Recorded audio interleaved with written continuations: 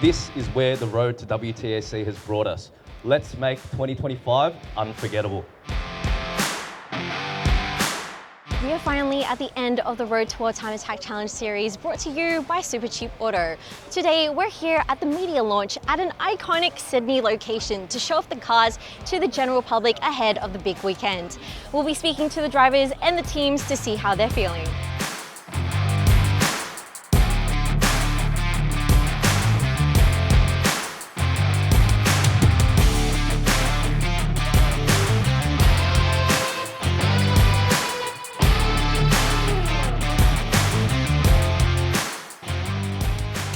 We're here with Hannah Burton, and for those who don't know who you are, Hannah, could you introduce yourself? Hello, my name is Hannah Burton. I am a Japanese-American racing driver, currently racing a Formula 4 hybrid car in SCA Club, as well as some other spot entry and single-seaters in Japan. I started loving cars from Time Attack. I used to work for HKS actually, which got me into cars. This is your first time racing at the World Time Attack Challenge, but also your first time in Australia. How are you feeling? I was expecting Australia to be red rocks and kangaroos. It's not that way, it's actually pretty nice. I'm really excited about driving Sydney Motorsport Park for the first time. I didn't really get to try it on the sim, but I watched some videos and that turn 1 looks so exciting, so I'm ready for it. Could you tell us a bit about the car that you're driving for Team Tanuki? So I'm driving a Pandem Toyota GR Yaris for Tanuki. They just had it built. I haven't seen it yet. I have no doubt that you'll get used to it in no time. We are now here with Todd Hazelwood, who will be racing for Team Tanuki. Todd, this is your first time competing with this car at the World Time Attack Challenge. How are you feeling? Yeah, no, thanks, Sarah. It's really excited to be here in Sydney, be part of World Time Attack Challenge for the first time. So to make my debut with Tanuki Racing in this absolute monster that Wayne and his team has built behind me here is a real honour. Looking forward to the challenge, and it's certainly got some stiff competition coming to this event, so very much looking forward to seeing how we go. Been really fortunate to do a lot in my 20 odd years of racing and motorsport, and both here in Australia but also around the world as well. So probably most well known for running in the Supercars Championship, raced full time for 8 years. And last year we won the crown jewel of Australian motorsport with the Bathurst 1000 victory with my good friend Brodie Kostecki. So and also running in the Trans Am series as well, which we're leading the championship in that. So certainly keep myself busy in Australian motorsport here, and just living my dream. And I've seen that you've recently tested this car out on track. How has the transition been from a supercar to this? Biggest thing is just trying to get my head around the power. Yes. Probably quadruple the amount of power that I'm used to, and a hell of a lot more downforce as well. So it's a totally different mentality, I guess. For me, it feels like you're basically strapping yourself into a rocket ship and you're just hanging on for the ride. It certainly feels like, it's got the power of like a drag car. So you're trying to get the car squared up, trying to get the power to the ground is probably the biggest challenge, and that wasn't with all the power turned up. So looking forward to seeing what it feels like at Sydney, really going, obviously generating some more downforce. The faster flowing corners of Sydney Motorsport Park is going to be a really key, interesting part of this car. Obviously, there's a lot of aero, a lot of big wings hanging off this car. Looking forward to putting it into full force. We can't wait to see it. What are your expectations for the big weekend? For me, just coming here with an open mind. It'll be my first laps and angle with this car properly. From my point of view, just come here to enjoy it, be part of the experience and have some fun. I'm here with Nick York and the Gas Evo. Nick, how are you and the team feeling for this weekend? Well, pretty tired at the moment. It's been a massive, probably 3 months of development on this car to get it here today. So I think most of the guys were working quite late last night to get this ready for a tow truck this morning. Car's been tested last week at Wakefield, which was great. Looking forward to getting it out to Sydney Motorsport Park to see what it will do when it gets a bit faster down the straight. Have you had any major changes to the car since last year? Yeah, it's undergone a massive aero change. So the package is all brand new compared to what it was last year, which we would have seen in the open class, and now we're going to pro open. So we've decided, we've got a slick tyre, so let's throw some more aero at it. Last year obviously did a 25.8, I think, is where we're at. So with the slick, we should pick up a couple of seconds hopefully, and let's see what the aero can do to help us get around the track. What are you looking forward to most at the World Time Attack Challenge? From me, as the amount of work I put into it, is just the shootout at the end of the night. Just you're one race left or one lap left, and we can put it back on the trailer and take it home. There's so much effort goes into these builds. The guys at Sydney Composites and Insight Motorsports, the efforts they do behind the scenes, people don't really see.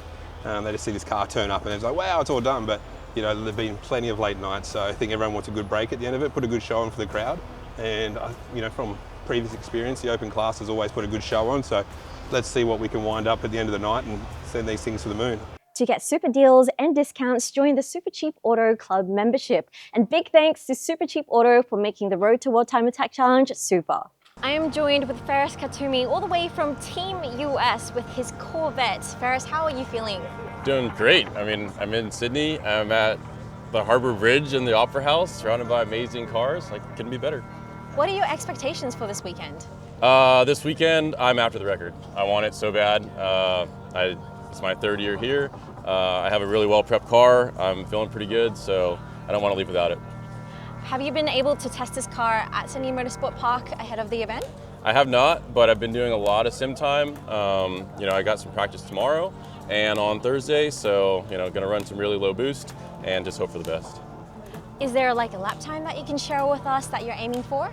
Sub 24 is it possible. The Tilton Evo ran a 24.4, I believe, and that's the record. So anything under that, and I'll be stoked. And has there been any major changes to the car since last year? Quite a bit, actually. Kind of went through the whole car. Towards the end of last year, we went to Japan after we came year one, and then we came back and never got it back in the States, so I never really got to go through the car.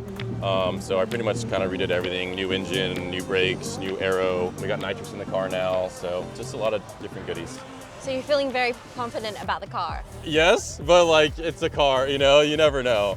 It's racing, so, but yeah, overall, hopefully it goes well.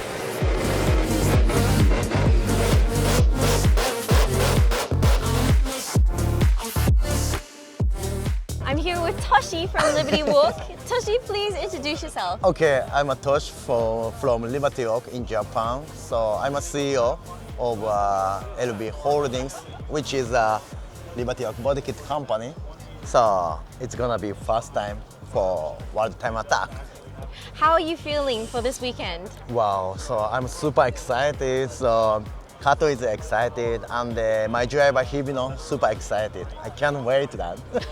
And this car is going to be drifting, right? Of course. So 4 rotary, twin turbo, and over 900 horsepower. It's gonna be crazy. Wow, we can't wait to see it. Yeah, I can't wait. Thank you so much.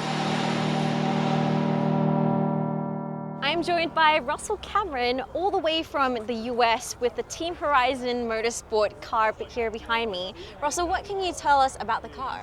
Well, the car is a 1973 Pontiac Firebird. It's a very unlikely car to do a time attack car with, but I'm an older generation American that grew up with these cars and fell in love with these cars. So when my son and I ventured into this project 4 years ago, I said we can build anything as long as it's a Pontiac Firebird. So his influences fell on it in a time attack and a race car way, and we came up with this creation that ended up here in Sydney, Australia for World Time Attack.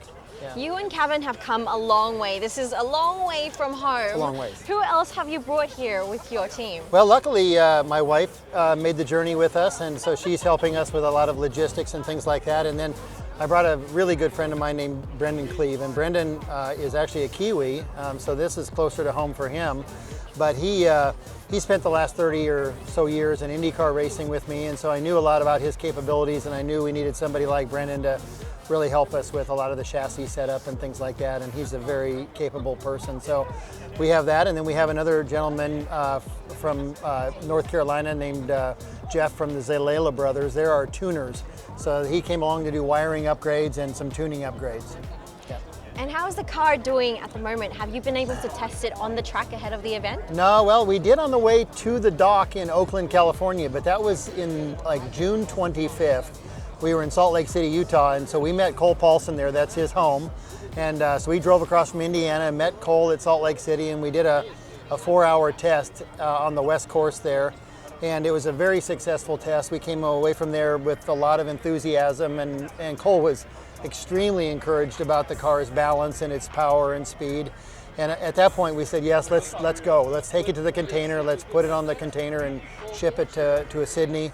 And so we did that, and then a couple days ago we were at a dyno, a hub dyno at Croydon Development, and we got to look at the engine performance, and we've made some adjustments to our Garrett turbos, and we're going to go back there this afternoon and look at some more fueling issues. So we're going to do as much testing as we can, but it won't be on the racetrack until Thursday. What are your expectations for the car and the team this year? Well, it's hard to set an expectation. You know, you get really competitive. You start looking around and you say, oh, you know, what if we could do this or what if we could do that? But we are the new kids on the block here, and we are here to learn. And we have a lot of respect for what other competitors have done over the years. So we're going to learn about the car, and really our attitude is we hope to have a good performance, a respectable performance, but come away from here with a good list of things that we can do for next year to come back and do it better. I'm joined by Charles with the Dream Project S15. Charles, the last time we saw this car was at Queensland Raceway. How has it progressed since then? Yeah, it had a few little dramas at Queensland Raceway, namely the intercooler debacle, and we sorted that out, and we've just got it back on the track, and kind of sort of went off from where we stopped last year, and it's all looking good and promising. So we're excited for Time Attack. Yeah. Now that the car's here at the media launch with this beautiful scenery, how are you and the team feeling? Very excited. Yeah, it's always been a bit of a goal to get here every other year. It's always last minute, and we never get a chance to get to this media launch. So to be here today it's beautiful, and great weather. All the atmosphere is fantastic. So we're really excited for this week. What are your expectations for the big weekend? Oh, expectations. Well, I suppose we want to go back and reclaim our title from last year.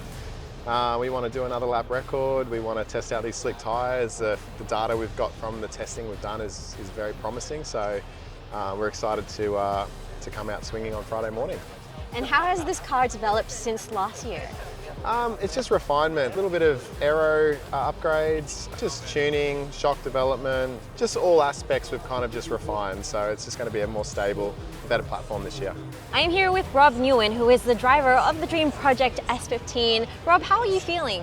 I'm super excited. Felt like a couple of weeks ago we were here, but we're back again. I'm super pumped. So last time we saw you and the team was at Queensland Raceway. Have you had a chance to test the car even more since then? Yes, we had a really good test. We broke a couple of lap records out there, quicker than the pro cars, so we're in really good shape. So you're feeling very confident ahead of the big weekend. Are you able to share lap times that you want to beat? It's hard to say because it's totally new tyres. Well, we hold a lap record for the semi-slicks in open class. I doubt that will be beaten, but I think we're going to be at least 2 seconds quicker. We can't wait to see you rip it up at the track. Thank you all so much for watching and for joining us along the journey to World Time Attack Challenge. A big thanks to Supercheap Auto for supporting us along the way. And if you want to support us even more, grab the merch at WTACshop.com, and we'll see you this weekend.